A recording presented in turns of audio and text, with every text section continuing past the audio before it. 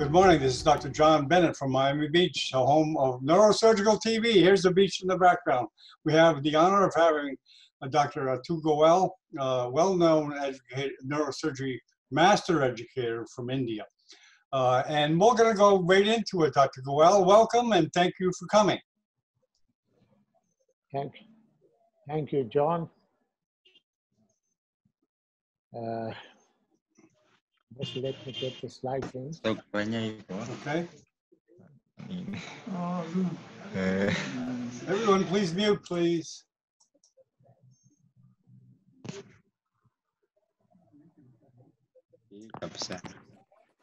I'm going to talk to you today on a very important neurosurgical subject, which I feel is quite neglected. Arteriovenous malformations are difficult neurosurgical problems.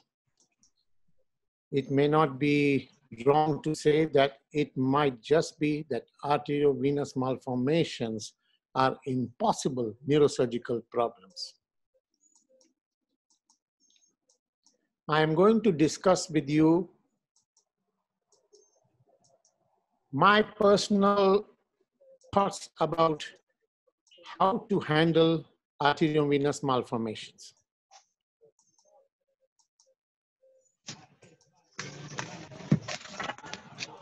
Basically, I am going to talk to you about the status of surgery in the management of AVMs.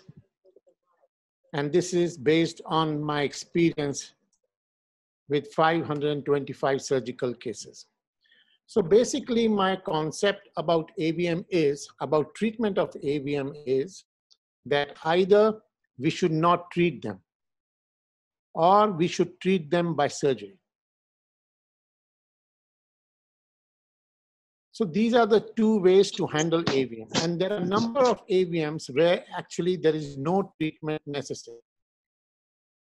And surgery is necessary, or surgery is the best option in the other half of the patients. So it is for the surgeon to decide whether surgery will be possible or surgery should not be done.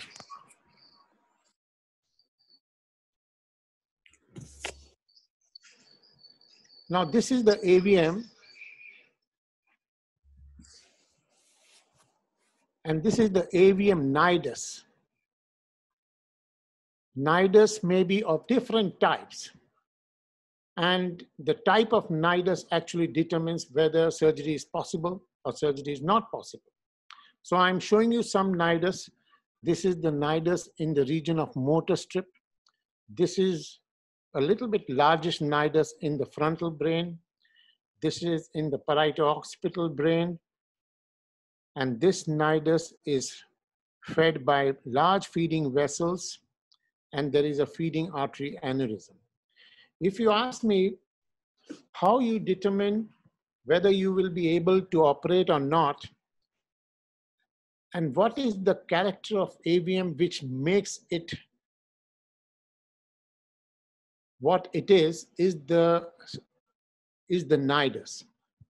And the degree of flow of blood in the nidus. Even small niduses can have very furiously high flow in them. So the degree of flow in the AVM determines whether you will be able to actually do the operation or you may not be able to do the operation. So how you determine the degree of flow in the nidus? One is by the size of the feeding arteries. Second is by the size and the number of draining veins. And more importantly, to find out how the degree, how fast the blood is flowing, you should actually go and see the angiography being done in the DSA room and see how fast the blood is going in the AVM.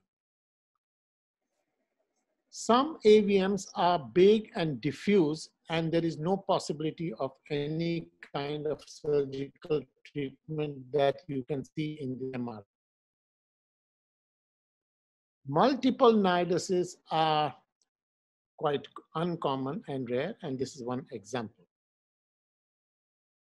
AVM niders fed by large vessels are relatively easier to operate. AVM fed by multiple small vessels are relatively more difficult to operate. And of course, the site of AVM, you see this is in the dominant hemisphere in the speech area, so it is a much more difficult problem. So I made a grading system of mine. And this grading system is, when I see the angiogram, when I see the DSA, and I see for myself, yes, it is possible for operation, or is it easy for me to operate? Is it difficult? Or whether it is safe or not? Is it very difficult and risky but possible? It is not safe or not possible. So this is a classification that is for me. And it will differ from me to someone else and from anybody else. And more importantly, as I grow in my experience in AVM surgery, maybe today it is very difficult. If I become good and better, it may become difficult. It may come to this stage. So this is a very dynamic kind of staging system or grading system of AVM, which is very highly personalized classification of AVM. Of course, the characters of AVM, like size of the AVM, location of the AVM, number and type of draining vessels, are all very important to understand the type of AVM and whether it will be safe or not. But this is my personal grading system. AVM surgery has developed over the period of time. To the extent I may say that the degree of aggression in AVM was much more 20 years ago or 25 years ago, as we are having more alternative options in the treatment of AVM. We are dependent more on radiosurgery and embolization and things like that. The number of surgeons probably treating AVMs has probably gone down.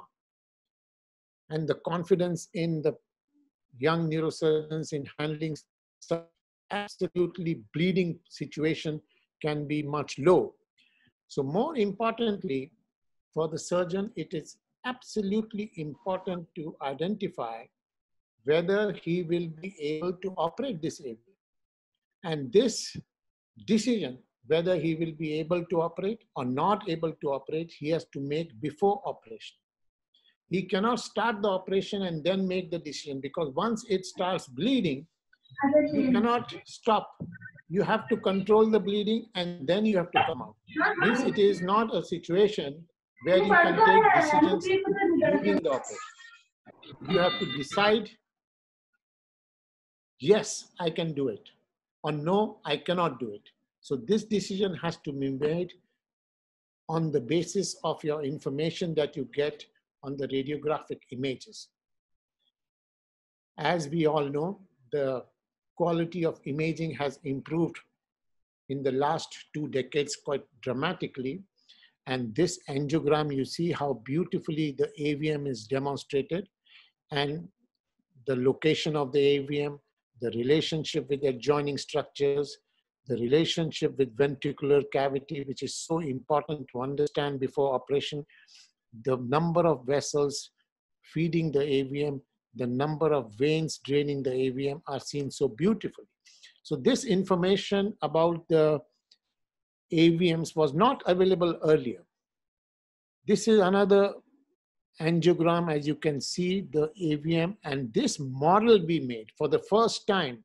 We made a model of AVM on the basis of radiographic images, actual 3D model which we can hold in the hand. So this model was our first generation model. We have, of course, improved on this model. This is the AVM you see inside the ventricle. It is absolutely critical to know whether the AVM is inside the ventricle or outside the ventricle. Inside the ventricle, AVMs are relatively easier to operate. If the AVM is outside the ventricle, it is much more difficult or maybe impossible to operate. So this information you can get on the basis of MRI, and this fiber tracks, you can see how the fiber tracks are displaced along the ventricle outside the AVM. So you have the exact information about the corpus callosum fibers, about the motor fibers when you are going to operate. So this imaging is a very important imaging for deciding as to whether to operate and how to operate. So we introduced 3D model printing for the first time in the literature. This is the AVM, and you see how the AVM is there, and this is the 3D model. And this model shows you exactly where is the AVM and how is the AVM in relationship to the skull, the nature of draining vessels and all. You can correlate with this. Now, recently, we have even color-coded this AVM, where red will be arteries and blue will be veins and things like that.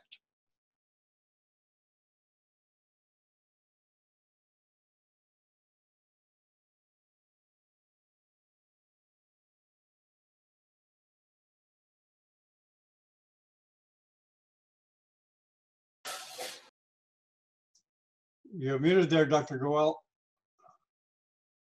We can't hear him. Hold on, let me see if I can unmute him. Okay. It's something with the system. We can't hear you, Dr. Goel. We can't hear you. This is with me? Yeah, with you now. Okay. John? Yeah, we can hear now. Okay. We can hear now.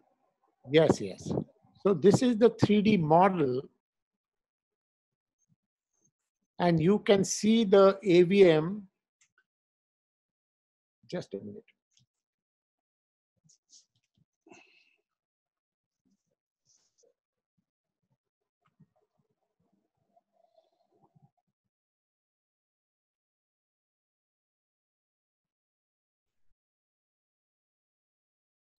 This is the 3D model.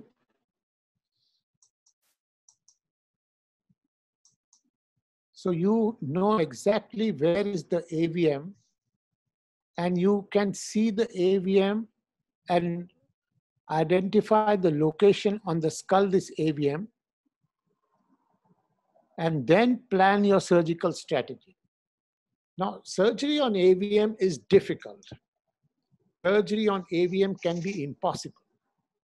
And surgery of AVM is not easy. So your planning is very important. And of course, there are some special techniques in AVM surgery, which I'm going to talk to. This is another model. You see, this is the 3D model showing the extracranial arteries and things like that. And this AVM was certainly, of course, not operated. Now I want to show you some AVMs and how to decide and plan for surgery. When the patient comes to you, you see the patient and you see the massive symptoms that she's having. She's having severe headache. She's not able to, even when the person is headache does not mean that you operate. If the person has giddiness, it does not mean you can operate. If the person comes with convulsion, it does not give you a license to operate.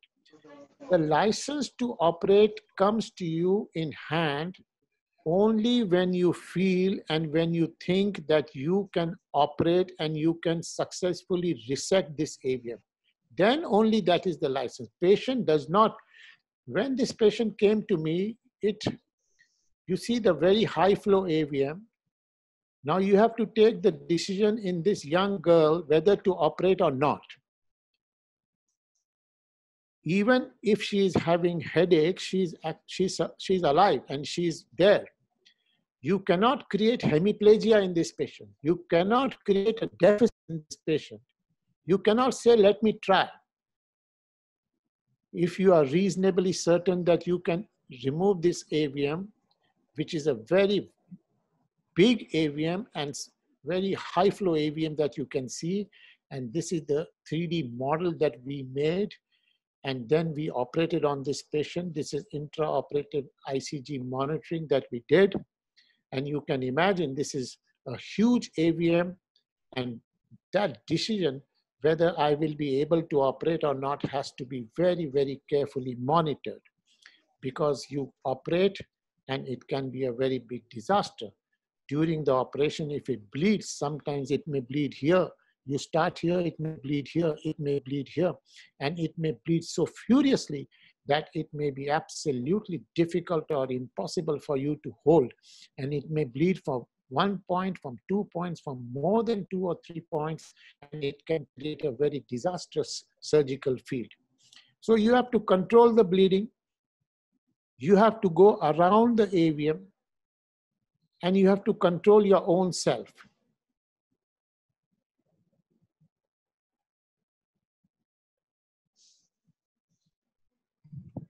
You have to identify before operation how to come to the AVM, whether you have to come from lateral side, whether you have to come from medial side, which artery to take first, which artery to take next, which vein to avoid, and which vein to be kept till the end of the operation. So all these technical issues have to be planned and perfected much before you enter into the theater.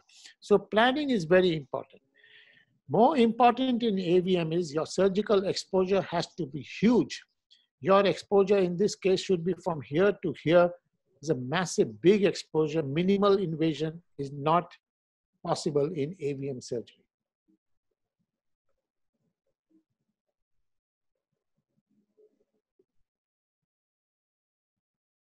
This is postoperative angiography, where it shows that the AVM is completely resected, and you can see a very beautiful smile on this patient's face. If you do a good operation, if you are able to successfully remove this AVM, you give new life to this girl. You give absolutely new life, and the person is without symptoms. And this is not a malignant issue. This is not cancer. The person is cured. So there is a possibility of completely curing the person. There is a possibility of completely ridding the patient of the AVM, and this person will lead a normal life. On the other hand, any surgical complication can create hemiplegia or aphasia or things like that, can be a very big disaster and a lifelong disaster that the patient will not be able to handle, and the relatives will not excuse you for their lives. This is another huge AVM you see. Now the question is whether you can do it. Now this person has come with the only complaint of giddiness. Now giddiness is the problem. For the complaint of giddiness, for the problem of giddiness, do you want to do this surgery? That is the issue. Now this patient comes to me, a young boy. I said, no, this is not possible. This is tremendously dangerous. There is no convulsion, never actually really bled, and a very high flow AVM that you can see. And this AVM has been resected, and this boy is completely all right. He came back later and said, doctor, my headache is too severe. My giddiness is just too much for me to handle. And we took the risk and we operated. Of course, as I mentioned, it is not the patient's consent that matters. It is not the patient's complaint that matters. It is what matters is your ability to be possibly able to remove this AVM. That is what matters. And I want to show you how to handle this situation. This is another quite a huge AVM, and this AVM is also very high flow AVM in a youngish person. This is not a meningioma that you remove it en masse or things like that. This is not a tumor that you can remove it piecemeal. This is not a tumor where you can do a partial resection. This is not a tumor where you can say, I will remove half now and half in the next phase. This is an AVM. Partial resections are the most common cause of AVM disaster. Just a minute, please.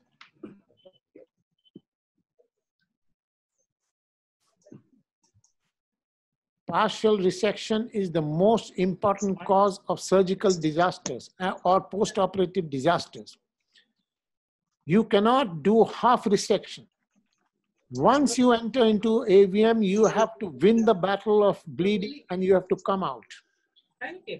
Of course, as I mentioned, you have to plan very appropriately these large vessels. Interhemispheric exposure is very important key in these AVM surgery. You have to come and first get these vessels and then surgically circumferentially dissect this AVM. And these models are one of my key investigative method now, and I do it for all formidable AVMs. So this is the post-operative angiography, and this is the AVM, and this has been resected. See, what I'm trying to show you is that success is, of course, gives you a certain kind of happiness and great gratification, but any kind of disaster can be a lifetime disaster for the person.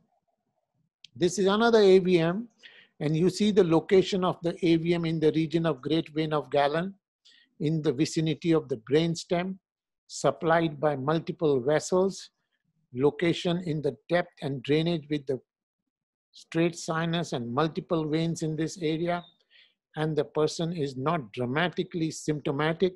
Now the question is, do you want to do it? And if the person has significant symptoms of giddiness, there is no other way to treat other than deciding on surgery. So when you think about such AVM, there are some good points in this AVM that you decide on when you see the angiography, and some bad points like location in the vicinity of brainstem and things like that. You have to identify what are the good surgical points, what are the negative surgical points. AVMs fed by the PCA are relatively good surgical issues. So interhemispheric exposure, come and first get the PCA and then get to the AVM is relatively a good surgical indication. Interhemispheric exposure and first get the anterior cerebral artery feeders is a good surgical parameter for you to decide the possibility of surgery. So you decide, and here it was, surgery was decided, and post-operatively you see the angiography showing complete AVM resection. Patient coming with a massive bleed and in a difficult condition, and this is the AVM. You see here also, if you see, my good surgical point in this case is a large PCA. When I see a large PCA, my interhemispheric exposure and getting to this vessel is relatively easily possible. Getting to this vessel and then getting interhemispheric exposure and then removing is relatively easily possible. Now, the other issue that I want to talk to you about is when the person has bled, do you want to operate immediately in the immediate postoperative phase or a delayed postoperative phase? Earlier, I used to wait for a period of 3 months or 2 months for the brain to settle, but now I take my decision because, you know, sometimes these patients are in hemiplegic patients, and this hemiplegia will improve. But, you know, this gives a kind of a surgical safety for you. In case the person develops hemiplegia, you can have some kind of safety. So in that regard, now I like to do rather early post-ictal surgery on these cases. And this is the post-operative angiography in this particular patient. Now this AVM, as you can see, is relatively common site of AVM.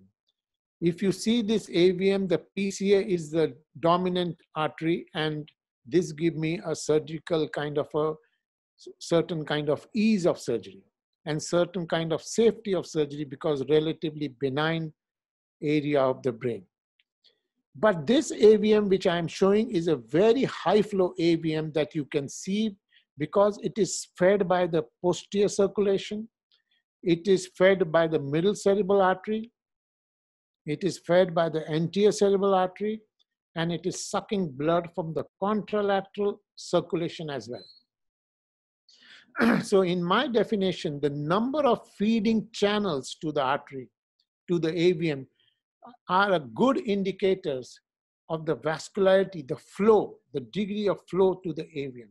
So the number of vessels feeding, the size of the vessels feeding. So this was a massively high flow AVM, which made it very difficult to operate. But of course, this was surgically a very beautiful case to operate, and this was successfully done. And this is the AVM. This is the post-operative angiography.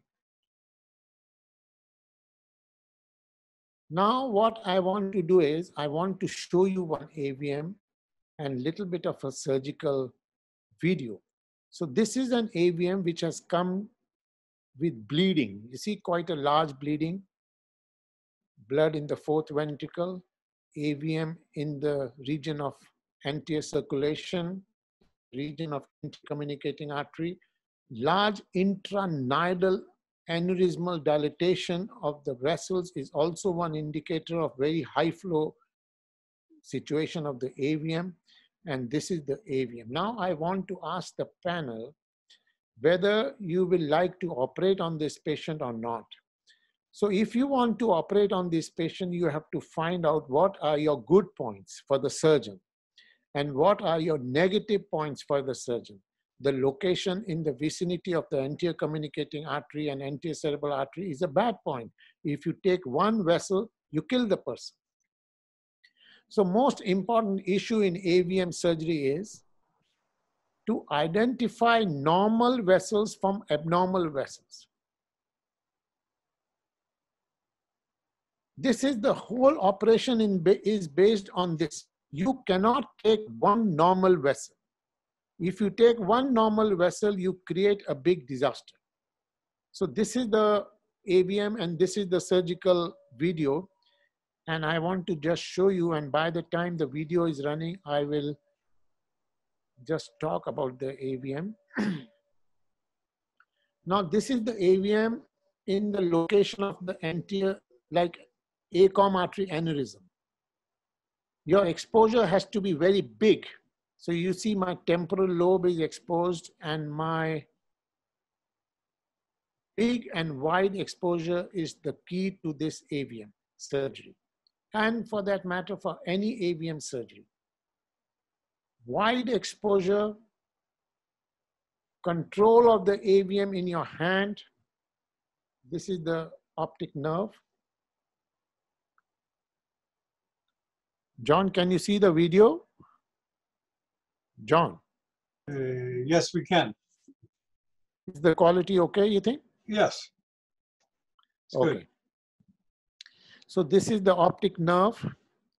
Now, before the operation, I have to plan how I will expose the ipsilateral A1, how I will expose the contralateral A1, how I will expose the internal carotid artery. All these things have to be absolutely under control.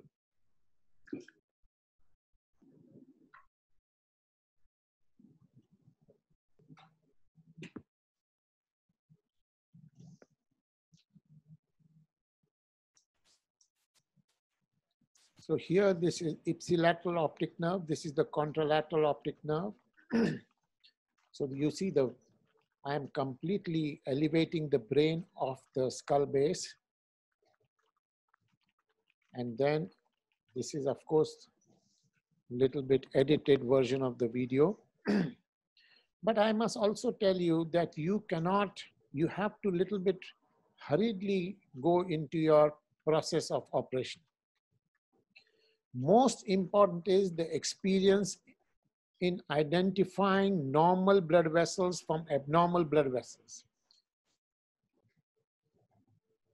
Any vessel that bleeds usually is abnormal. Don't coagulate unless you are forced to coagulate. That is another very important issue in AVM surgery.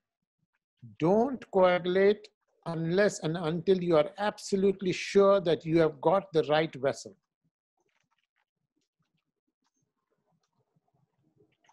I like to first identify the normal vessel from the abnormal vessel. Once the largest feeding vessel is identified, I have to coagulate and then cut. Both these things have to be done. Coagulate and then cut. Initially, some large vessels, I like to have a silver clip placed like I had placed in this patient. So this is a large, huge venous dilatation of the AVM. Of course, you will not handle the large dilatation in this manner on a routine basis. You have to be very sure that it is not going to blast on your face like an aneurysm. There must be some issues in this AVM that I am holding and manipulating in this fashion. Large feeding vessels have to be identified and then cut, and then the AVM has to be circumferentially dissected. Progressively, the AVM has to be dissected off from the adjoining brain and adjoining normal vessels. And this has to be done progressively, aggressively. You must know that it may bleed. It may bleed from one point. It may bleed from more than one point at one time. And sometimes it looks good when you are operating. Sometimes these can be a good medal for you, like gratification, a huge success. And you can be very proud that you have done a very great case. But sometimes this can wither off. In no time, the bleeding may start from here, the bleeding may start from there. You have to deal with large blood vessels, you have to deal with medium-sized blood vessels, and you have to deal with small blood vessels. If you ask me what is the trick of AVM surgery with you, my trick is the identification and control of small blood vessels. Small blood vessels are the key in AVM surgery. And as I go further in this AVM, I will like to show you how to handle small blood vessels. If you think small blood vessels can be controlled by Surgicel, you cannot do AVM surgery. If you think small blood vessels can be controlled by pressure, you do not know what the AVM surgery is. Small blood vessels, to identify small blood vessels, and these small blood vessels lead you to the large draining feeding vessel. So the small blood vessels are the key. Small blood vessels need not be coagulated. They are a marker for you to, they lead you to the big blood vessel or the feeding mother vessels.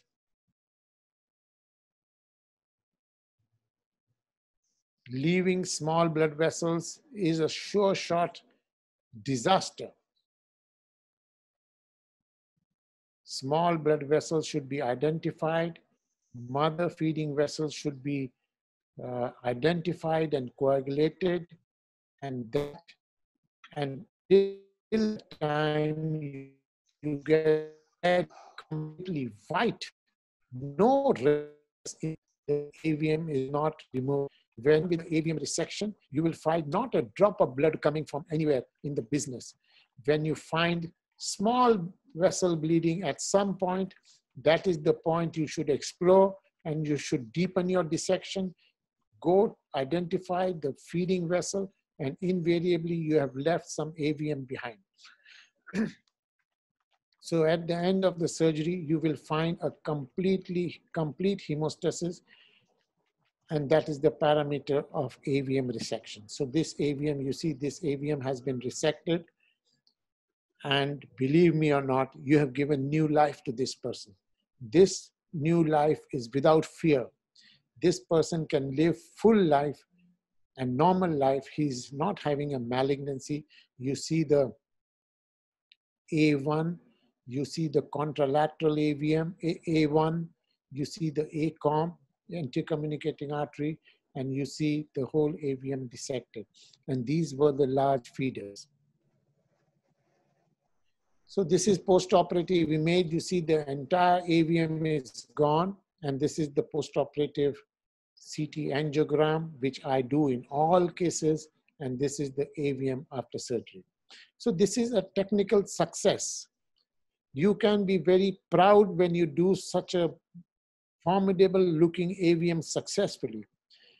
But I have to tell you that to do such AVMs, you have to be an absolutely confident surgeon and to be ready to take the challenge. This is another AVM in the Sylvian fissure. Sylvian fissure AVMs can be quite dramatically dangerous. They look more dangerous because in the Sylvian fissure, the normal blood vessels look like AVM blood vessels, and they can give you a very dramatically difficult difficult view. You see, this is the 3D model, and this is the angiography. You see the largest veins in this area. So I want to quickly show you the little bit of a video of this patient.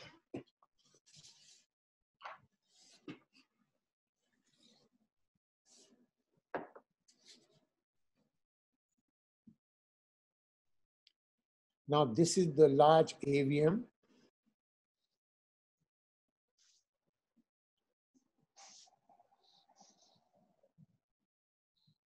Most important is to have a very high degree of confidence that yes, this can be done. That is very important in any neurosurgery.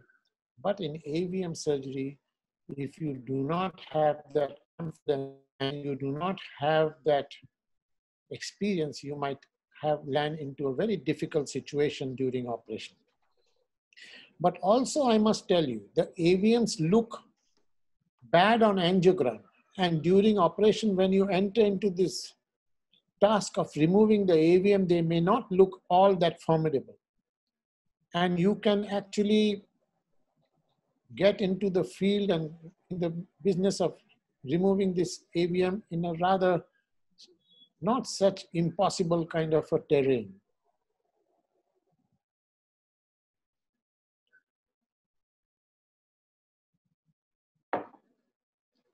Identify the feeding channels. Preserve the veins till the last. I am not saying that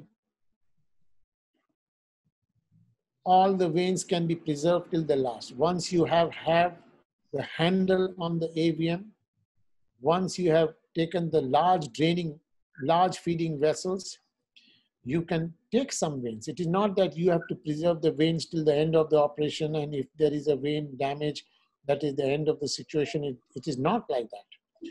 Most important is that in this Sylvian region, you should not be taking any normal middle cerebral artery vessel.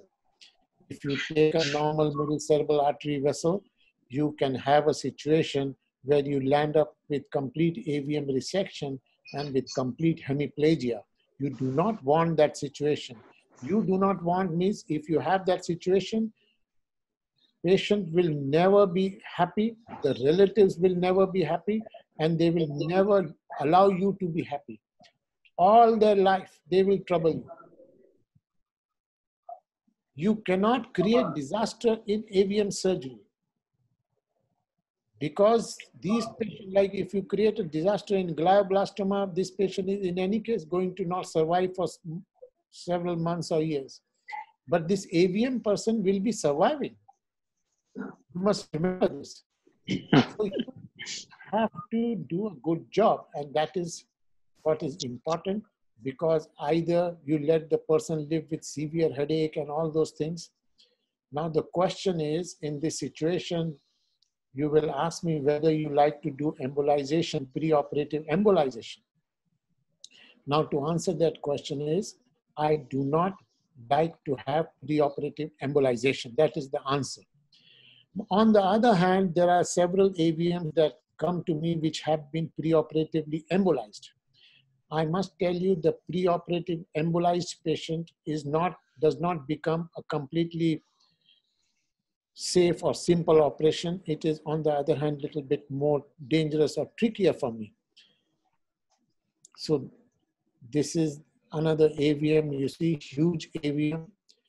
You see the entire brain is AVM. The one thing which is absolutely crucial to understand in this huge and mega AVM is that they are high flow AVM. Large AVMs are always very high flow AVMs.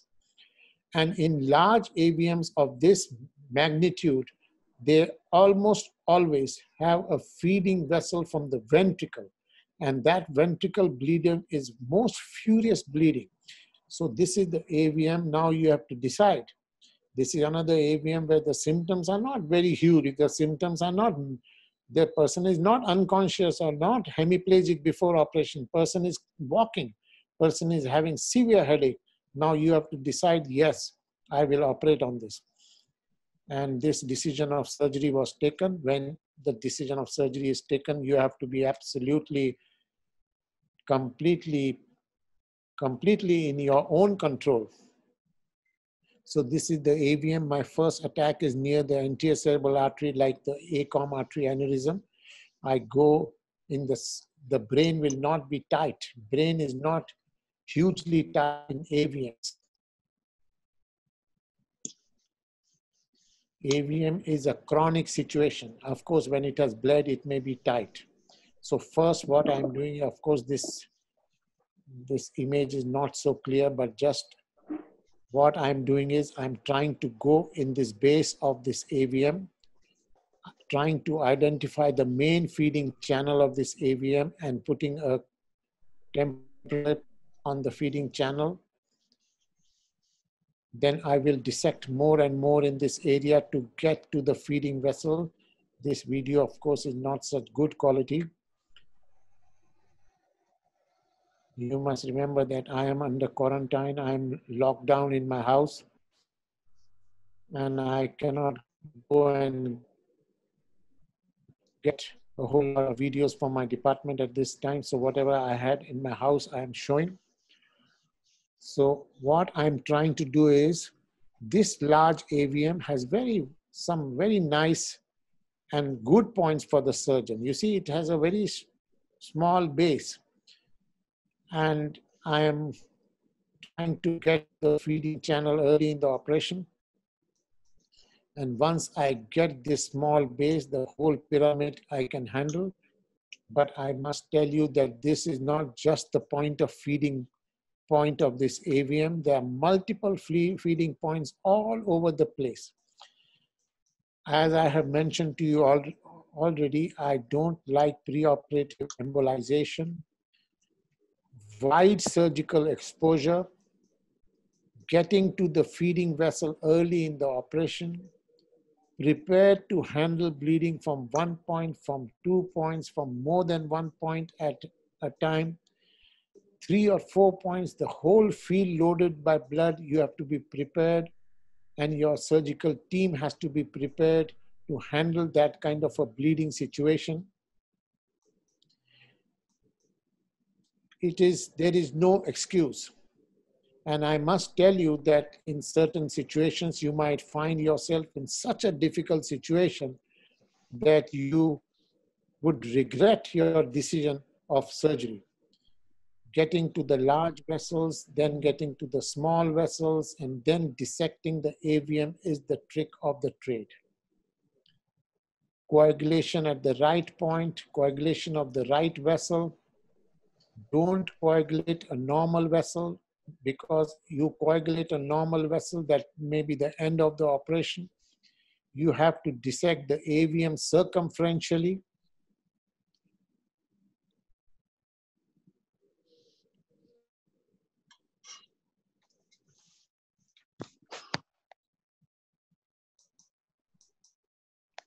Temporary clips I use, but when I'm sure that this is the feeding vessel, then I use these Liga clips, or small, we used to call them earlier silver clips. But now these clips are no longer silver clips. They are titanium small Liga clips. Get the feeding channel, cut these vessels.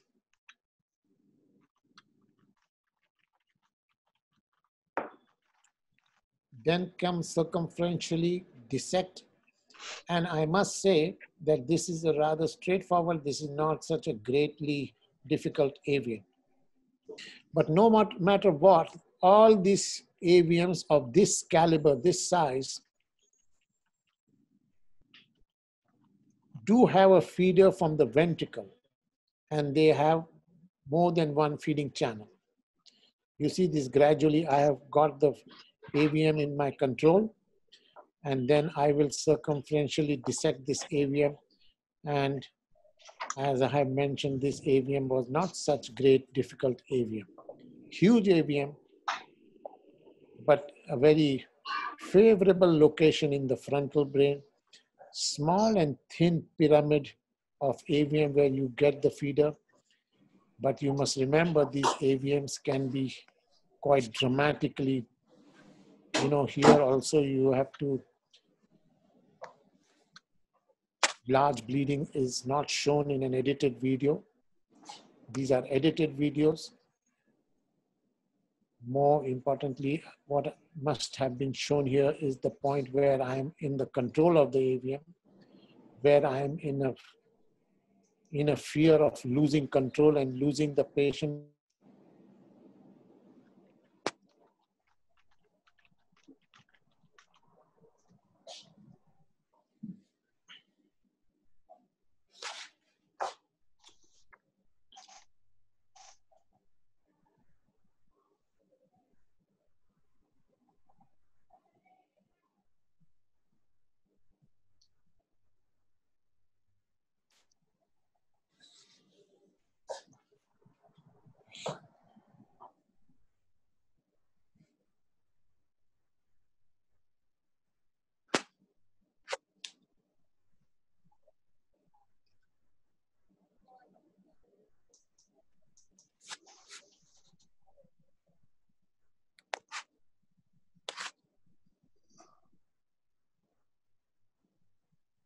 Atul, are you there? Okay, yeah, sorry for that.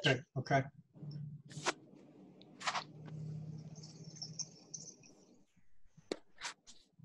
So did you see I want to ask are you seeing the AVMs?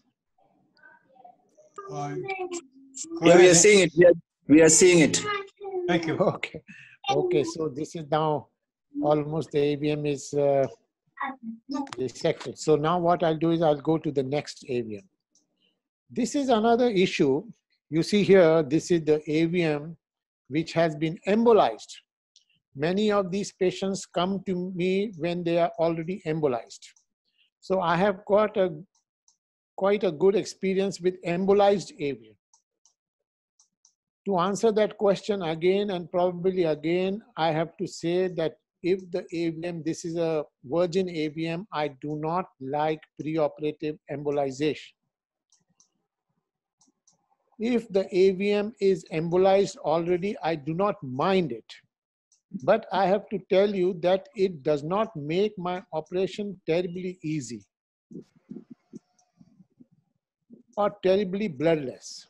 This is my personal experience. I know no other person who is doing AVM surgery will actually agree to this, but this is my personal opinion, and I do not do preoperative embolization if the person has come to me first. So this is another AVM which has come to me embolized, and this AVM has been beautifully resected, and this patient is completely cured. On that, you see, as what I want to convey the message to the young audience that I have today in front of me is that there is a possibility of curing these people. There is a possibility of giving them completely new life.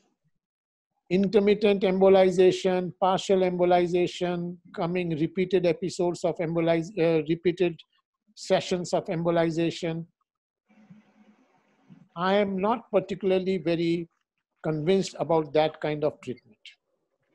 I am not saying, and you must not get this idea that I am saying that all AVMs can be resected or should be resected. You have to decide which AVM you want to do and which you do not want to do. This is another very formidable case that I am going to show you. This person, this young, not very young, about 50, 55 years old lady, coming with this huge AVM. And this patient also had very severe giddiness. Means she was not able to even stand because of her giddiness. And this person also, I said that no, this is too risky a case and I do not want to operate this. You see the jugular vein is massively dilated, the superior vena cava is massively dilated, and this is a very high flow AV. But this lady comes to me again and says, doctor, no, this giddiness, I cannot live with this giddiness, you operate. So we ultimately decided to operate. I operated this patient 15 years ago. In this AVM, if I have to operate, I have to decide what are the good points for me. You see, this is a good point for me. I can very easily go to this anterior cerebral artery and get this feeding vessel. Then I have already told you the PCA feeding vessel is very good point for me. I can come interhemispheric, get to the PCA vessel early in the operation. That is a good point for me for surgical decision making. You see huge superior parietal sinus venous drainage, huge multiple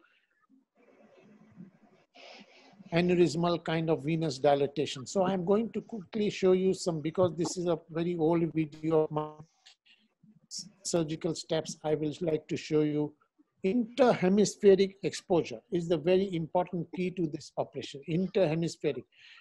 For a majority of large, huge AVMs, they are fed by the anterior cerebral artery and by the posterior cerebral artery. And interhemispheric exposure is a very important surgical strategy. So, you know in the interhemispheric exposure, there can be large venous drainage, that vessels that you have to avoid. You see there's a huge superior parietal sinus here that you have to take under control. This AVM is quite under the brain. Video, of course, is quite an old video, but you see just what I want to show you. Interhemispheric exposure. First identify this large vessel, anterior cerebral artery. Then get control of large vessels, medium-sized vessels, small-sized vessels, and I must tell you, it will bleed. It will bleed, and it will bleed furiously at times. But you have to have that confidence in getting the control of that bleeding. It can bleed from more than one point at one time. And sometimes in these high flow AVMs, you can start getting a feeling that you are losing it.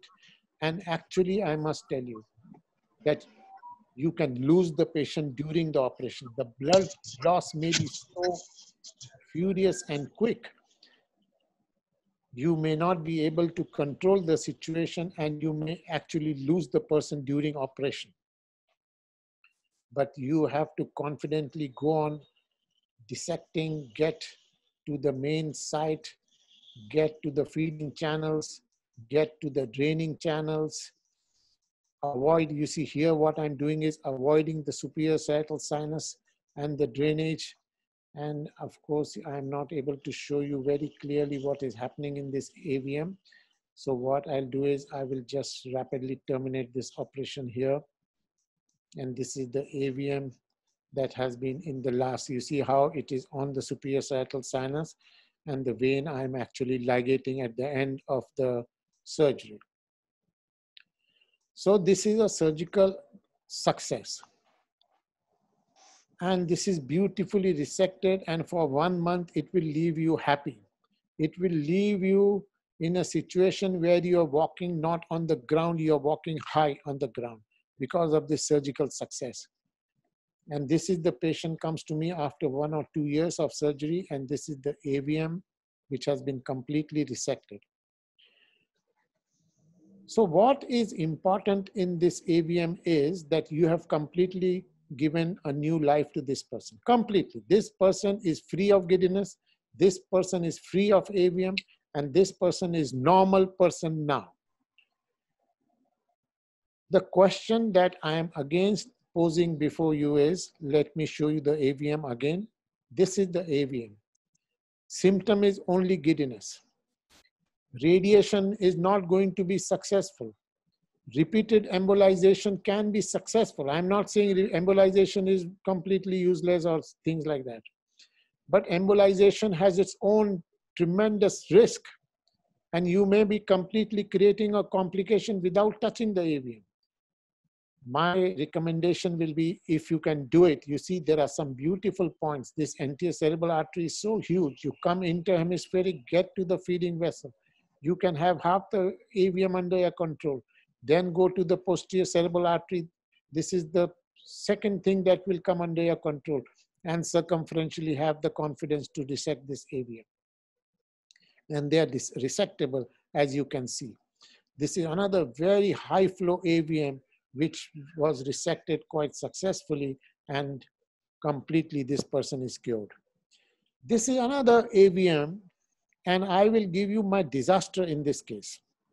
This AVM was referred to me by a politician, and repeatedly that politician was saying that you are the best surgeon and this and that high, and this is in the motor strip AVM, and this person has come with complaint of multiple convulsions. So this is a motor strip AVM.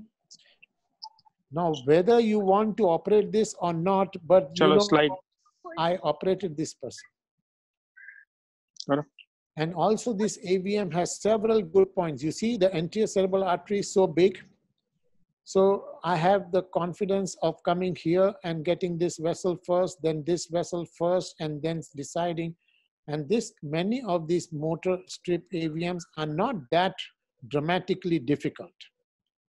They are quite safe, and it does not mean if the AVM is in the motor area, don't operate and all. This is not the thing. Many of these AVMs are much easily dissectable. And this is the post-operative, but this patient developed post-operative hemiplegia, even when my exposure was interhemispheric. But of course, this patient recovered to an extent, but never completely normal.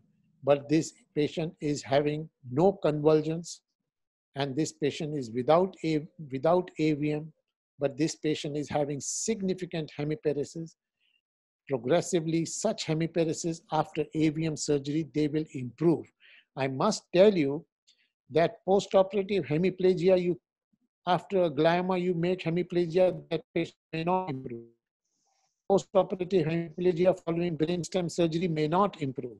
But post-operative hemiplegia after AVM surgery will improve over the period of time.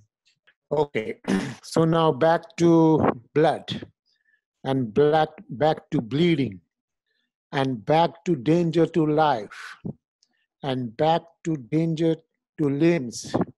This is one AVM that you see in the motor area, and this patient has come with a bleed.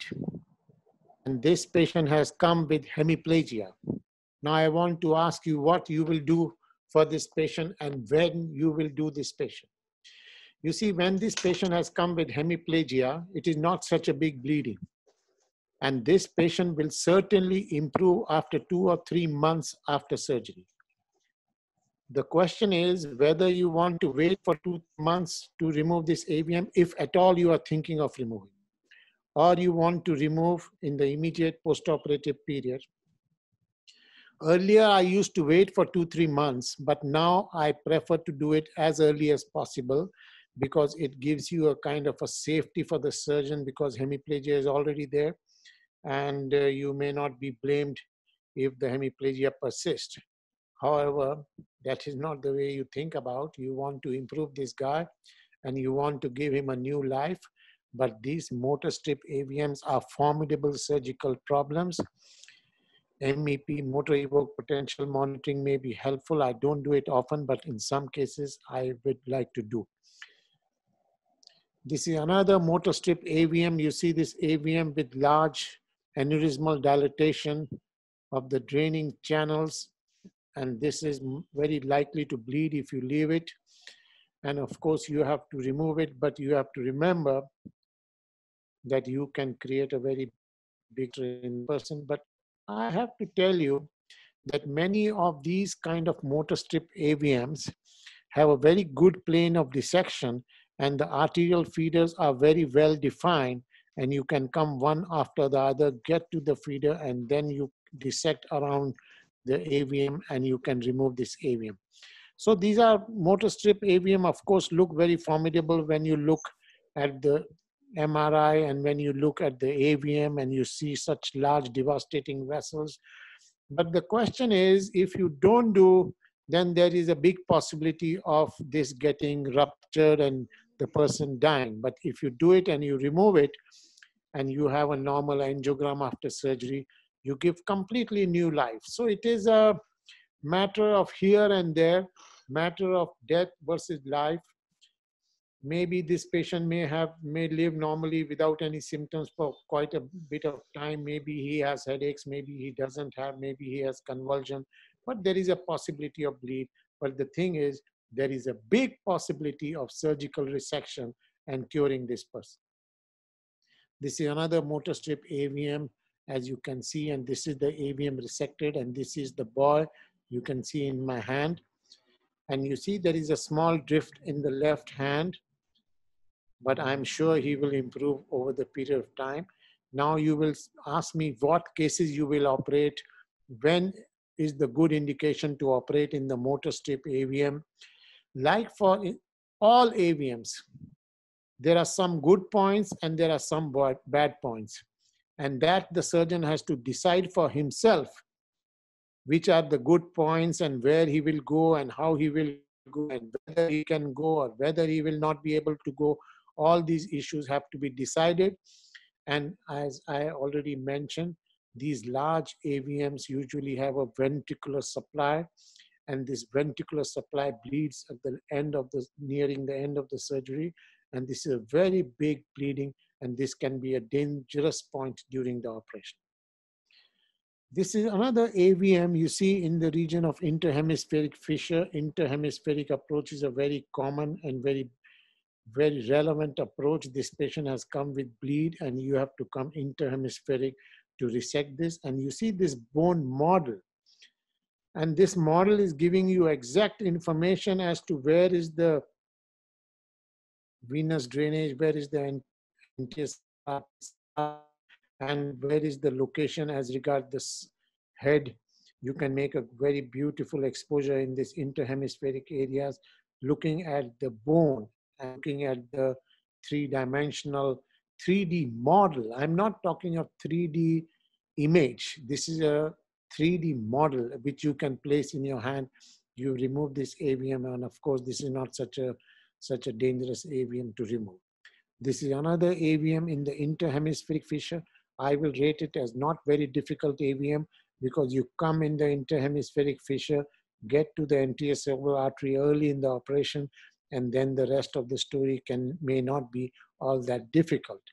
But I should not ever use this word simple or easy or not dangerous. All these AVMs can be heavily dangerous. All these AVMs can bleed very tremendously during operation. Most important than not, you have to have, not a pseudo confidence, not a hyper confidence, but a real kind of confidence and of course experience in doing such cases. This is the AVM you see here, this AVM, and this AVM is right in the middle of the head. So there is motor evoked potential being monitored here, and according to the location you design your surgery, the flap. So these 3D models are very good, and this is the patient. So we had described for the first time in literature contralateral interhemispheric approach. So this is the AVM, and if there are large draining channels here, so coming from here may be a little bit dangerous. So you can come from here, get to the anterior cerebral artery feeders from here, and once you have got the feeder, you can come from here. So bilateral. So contralateral interhemispheric approach we have described, but you can have a bilateral interhemispheric exposure to resect these tumors. This is another very formidable tumor that we had done long time ago. I do not remember how this patient was, but there is some good points. You can see in the velum interpositum it is going. In the drainage, in the great vein of Galen and straight sinus, you see how big is the straight sinus, but there are some very beautiful points in this. There is a big anterior cerebral artery, there is a big posterior cerebral artery, and there are feeders from the choroid plexus, and this is a very compact kind of nidus, and this is the post-operative image of this case. This is another huge AVM. And of course, this is when these kind of huge AVMs, these are all high flow AVMs, and they have multiple feeding vessels. This is like quite a bag of worms, but these are not so benign worms. They are quite aggressive worms, and they will, of course, they will bleed. So your planning, your execution, and your termination of the operation, completion of the operation, handling of the big vessels, handling of the small vessels, handling of the medium vessels, all these things will matter. And when you are going to remove such a huge AVM, and you must remember that all these patients may have potential issues and there can be complications. This is post-operative AVM. See, you remove it, you completely cure the person. Any kind of deficit, I have already mentioned, any kind of small deficit or big deficit is not tolerated by the person. This is the tumor, this is the AVM in the motors area, in the speech area. And this person has come with the only issue of convulsion. Now you have to decide, and multiple convulsions. These are such small feeders, you cannot do, whether you want to do radiosurgery in this case may be a good option in this case. But in this patient several years ago, I preferred to operate and remove this AVM. No more convulsions.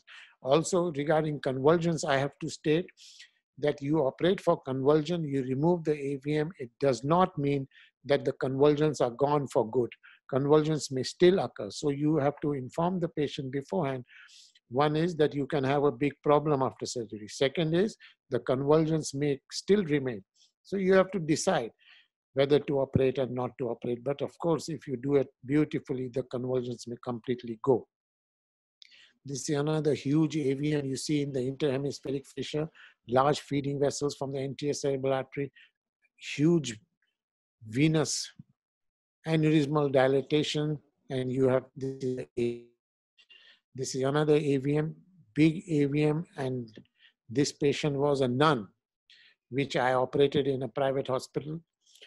Nun, and when I was operating, the whole hospital was full of nuns with all in their dresses. So it was a difficult situation for me. And as I have, it is not without complication. You see the entire middle cerebral artery is going here in this AVM, and you could have a situation where it is all or none for you, but you have to decide whether it is possible or not. But this was, and of course, you have to execute it with great precision, great microneurosurgery, dissection, and circumferential dissection. This is the boy I had operated several years ago. I had only angiography. We used to do, of course, during those time, only angiogram. And you see this AVM, and this AVM is entirely dissected. This patient developed post-operative hemiplegia, but this hemiplegia recovered.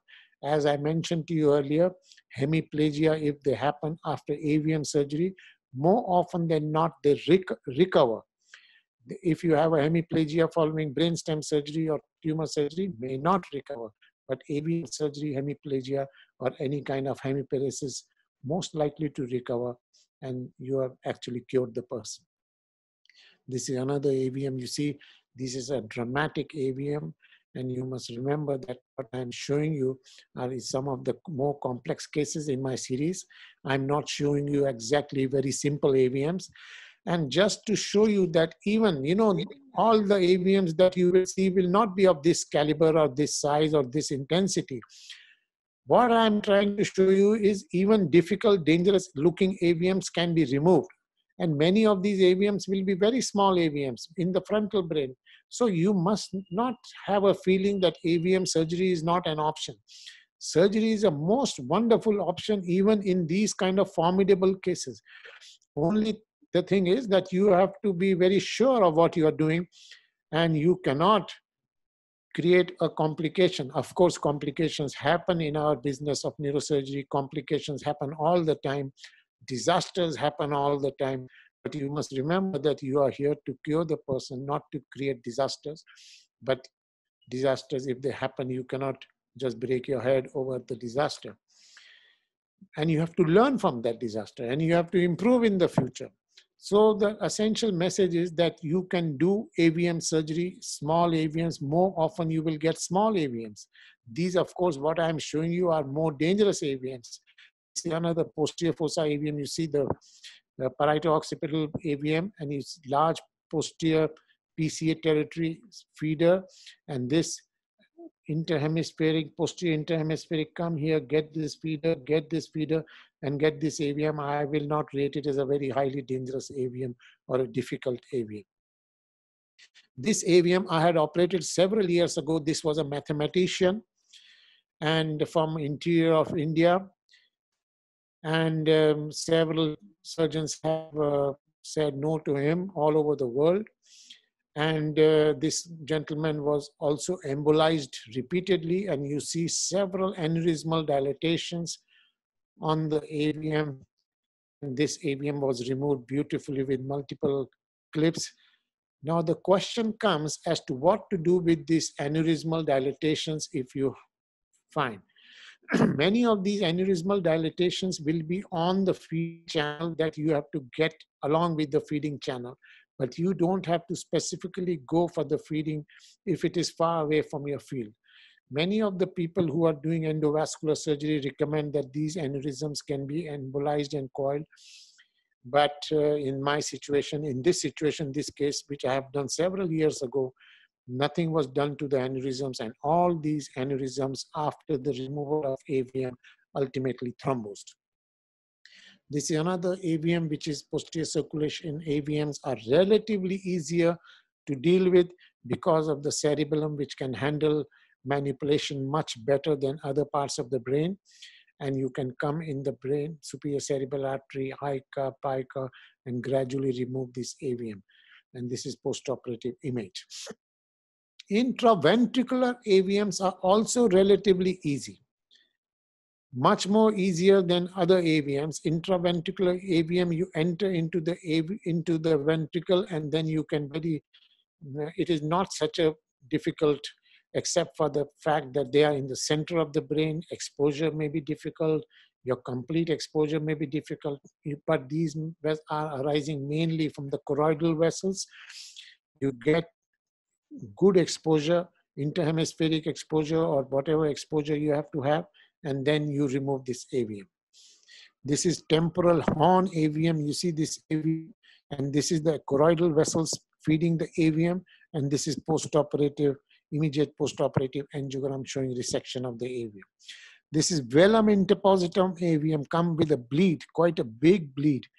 You see this velum interpositum. So you have to have, you see, you either say, okay, I don't want to operate, or you should operate. My recommendation will be, look at the angiogram, find the good points and find the weaker issues, and then get your anatomy correct, because these are completely precisely anatomical operation. Your anatomy should be absolute. Your control, your hemostasis has to be absolute, and this is the postoperative angiography after removal of the velum interpositum. Now, this is the AVM. The more important and the more crucial issue in this AVM is whether it is intraventricular or extraventricular, whether lenticulate arteries are supplying or choroidal vessels are supplying. So that you have to identify absolutely perfectly, because if it is choroidal vessel, it is straightforward. If it is lenticulate artery vessel, it is a dangerous and difficult and not to be done AVM. So this AVM is by choroidal vessel, and this is the, you can see the angiogram choroidal vessels, and this is the AVM after resection. Intraventricular AVMs, and this is the postoperative angiography. This is another case that I had done successfully, but this patient had come quite unconscious after a big bleed to me. I had removed this AVM, but this patient never survived after. But this was quite a fantastic surgery, as you can imagine. There are some good points. There are some hugely bad points. You can see the very high flow nature of this AVM. I would have normal situation. I may have taken decision whether to operate or not, but this patient was in quite a bad clinical condition. I thought we should operate, and I had done this. And this is the This is the preoperative angiogram. You see quite a formidable one. I will not, just I must remember that I'm showing you the more dangerous case. This is the AVM which has been removed. But this patient, as I mentioned to you, never survived. Now, this is one case which I am showing you, and I want to ask you whether it is easy or whether it is difficult. And I have to tell you that it is not difficult at all, because this is not AVM. This is a pile AV fistula. There is a large vessel coming here, and the fistula is here. You take this vessel and the whole thing can disappear in a very fantastic manner. This is the preoperative, looks very formidable. You see the venous drainage in the superior parietal sinus, and this is the AVM. And I will like to show you the video of this case, but let me get to the video.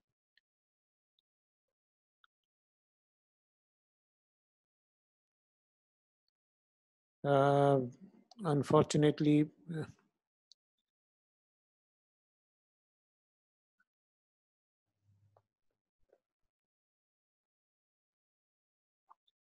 maybe I leave the video here. So this is the large pile AV fistula. You must remember that these are not dural fistulas. These are pile AV fistula, arteriovenous fistulas. These are not AVMs. If you just coagulate this, finish this vessel, the whole thing is finished. I wanted to show you maybe at the end, because it is in my computer, other file. I'll show you probably at the end of the operation, end of the presentation. And this is not, so this you must remember that looks very dangerous, but it is quite a safe and beautiful.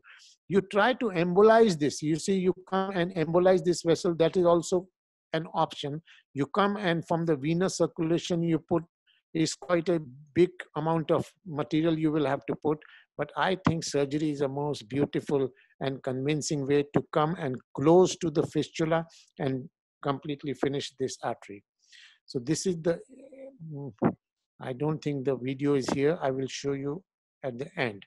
And this, the whole thing I had removed at that time. I must tell you, at that particular time when I removed this pile fistula, I was not exactly knowing what are pile fistulas, but pile fistulas are different from AV fistulas, and pile fistulas are different from arteriovenous malformations. And the strategy of resection, you may not, and there may not be any need to resect the whole mass, but they become, once you take the feeders, it becomes like a completely beautiful plane of dissection. This is another pile AV fistula. You see, you just get this feeder, and I had removed this pile AV fistula completely. I am not sure whether this removal is necessary or not, but it is quite an easy task once you get this arterial feeder. This is another pile AV fistula. You get this feeder and you remove this AVM and you get a beautiful postoperative angiography. Another pile fistula you see here. These are large, the fistula you have to identify. And once you get the fistula, you disconnect the fistula and the matter is closed. This is another fistula, pile AV fistula. You see the feeder you have to identify. So pile AV fistula is a very beautiful entity that many neurosurgeons do not know very nicely because they are relatively rare.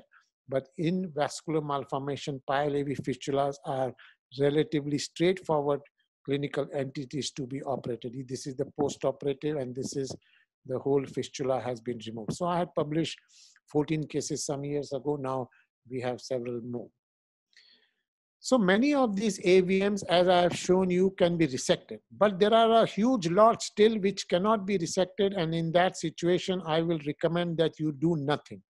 So you, in this kind of diffuse nidus, I will say there is no possibility of treatment. The long-term natural course is better than any kind of treatment. There is no radiation. There is nothing that can be done. Even when this kind of diffuse thing is there, you attempt any embolization or anything, you can create very big disaster. So in this situation, I will recommend that no treatment of any kind is the best form of treatment.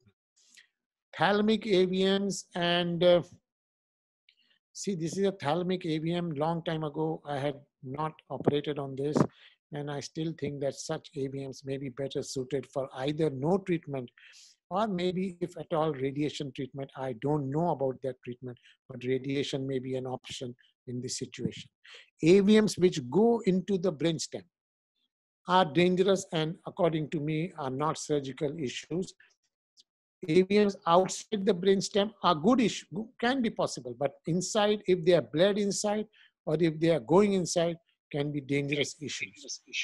This AVM also I considered without, at that time, not for surgery, and I left it. It's another huge AVM which I did not touch. So in short, what I'm saying is there are many AVMs that are beyond my range or beyond range of surgery, and you have to decide, yes, possible, no possible.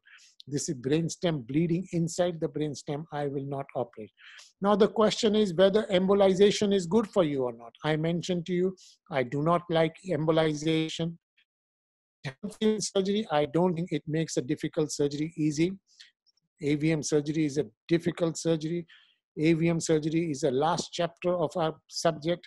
Here we need philosophy. Here we need understanding. Here we need to know the patient very nicely. Here we should know how the patient will fare. We should know our own level of expertise and confidence, whether we can remove. So many issues. So I say always that AVM is the last chapter of neurosurgery. You have to do it, this chapter. After you have finished all other chapters, you have to come to AVM. Whether partial embolization is good for you, I don't think really. And also there can be potential complications. This is one AVM which was embolized repeatedly, and then there was a huge bleed. So AVMs can bleed by embolization. You see, this was a relatively straightforward AVM, but it has bled, and then I removed it. You see, there is a lot of blood in that AVM. Another AVM, you see, this was embolized and embolized repeatedly and repeatedly embolized multiple times. You see, you must also remember, I don't want to criticize any form of treatment. Interventional radiology has improved. Interventional radiology has gone several miles ahead in the business. Interventional is a revolution in our subject. Interventional radiological procedures are good in several indications. But in AVM, interventional radiological procedures are still controversial. There are issues about arterial access, venous access. I have heard several wonderful presentations where venous access has been found to be successful. But there are the controversies regarding interventional radiological procedures for AVM are still very huge and heavy. But I am having a feeling, considering that such great difficulties can be posed during operation, you can create a disaster and death in the post-operative period. You can create hemiplegias in the post-operative period. I am having a feeling that after 5 years or 10 years or 20 years, maybe other adjuvant kind of treatment may be possible. But today, if you ask me, if you can operate, that is the best. If you cannot operate, then there is no need for any kind of treatment. Half-hearted treatment is not a good treatment. So this patient, as I was mentioning, was repeatedly embolized till the time he bled. And then in a bleeding situation, he was almost dying. I went and removed this, but he never survived. So my dear friends, thank you very much. I hope you enjoyed this journey and the world of AVMs. This is a very beautiful world. This is the world of neurosurgeons. You cannot ignore this world. You cannot leave it for adjuvant treatment. You cannot leave it for others. It is our business. We have to learn and do it. So thank you very much. Okay, thank you, Dr. Goel. Excellent. Let's open it up real fast. Okay, questions and comments, please, from the panel. I can start. Kumar Abhinav asks, sir, what do you do for perfusion pressure breakthrough syndrome after a high flow AVM resection? Now, this is a question which I am repeatedly asked. Perfusion pressure breakthrough concept. And if I have to answer this concept, I will say that I do not believe in this concept. My concept is you have to remove the AVM completely. What happens is if you have left a small vessel or you have removed it partially and it bleeds in the postoperative period, you blame it on normal pressure perfusion breakthrough. The thing is to identify small vessels. As I mentioned during my presentation, that postoperative, after you have removed the AVM, the whole thing should be completely white. Means there should be no redness. It should be complete hemostasis. And if you have complete hemostasis, it means you have taken all the small vessels. If there is a small and if you have put, if you have put, Surgicel and gel foam and all those things, it will bleed, and then you blame normal pressure perfusion. As you have seen in my presentation, I have shown you such huge AVMs, such high flow AVMs. I don't believe personally in the concept of normal pressure perfusion breakthrough. So that is my answer. Okay. Can you see the questions on the panel there? Yeah. Yeah, you can pick one you want. See, the question is from Rania about aneurysms inside the nidus. See, aneurysm inside the nidus can be, they are part of the AVM, and that you have to remove. The whole thing will come with the aneurysm, venous nidus, or part of the AVM nidus. Now the question is holding of the instruments in left hand and right hand. See, the most important thing that I do in the surgery is I change my hands. If you see on several occasions, the suction will be in the left hand. In bleeding situations in particular, my suction will be in the right hand. So when I use the suction in a bleeding situation, I use suction in the right hand because it is a dominant hand and you can suck with little bit pressure, and then you dissect and expose the rest of the thing with the left hand. So more importantly, I think that we should be having, the use of both the hands. So more importantly, I use right hand in majority of my cases with a bleeding situation.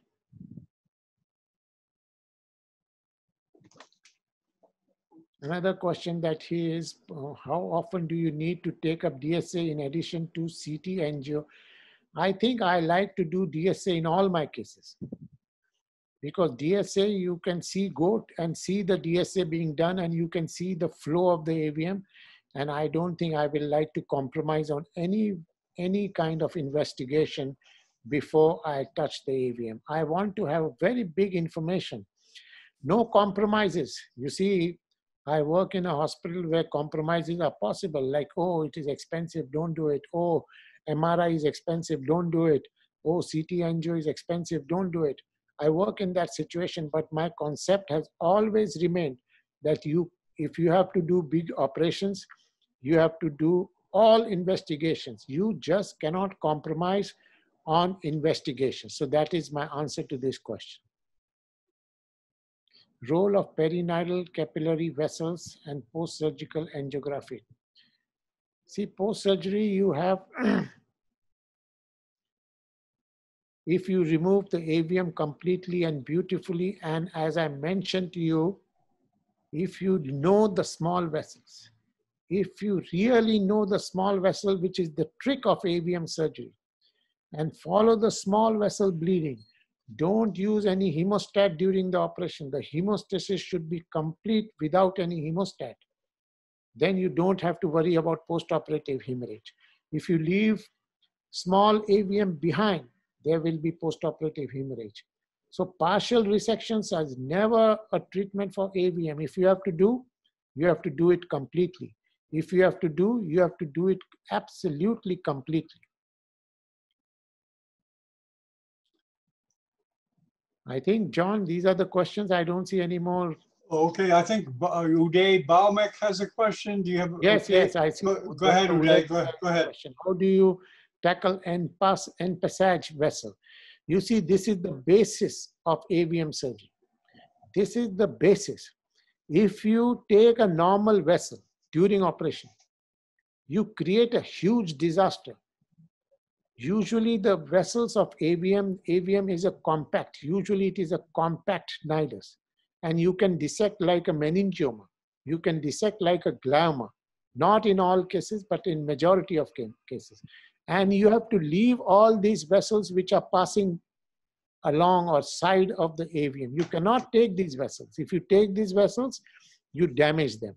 You damage the person. So these vessels, this is the basis of AVM surgery. Now, another question that has been asked is, what is the cost of ordering 3D models? I must tell you that 3D model cost is not very huge. And we discussed this model for the first time in the literature on 3D models of AVM and for craniovertebral junction, as I showed you the other day. 3D models are not very expensive. I will say in India, for me, I can get in about 600 or 700 US dollars, about 25 to 30,000 rupees.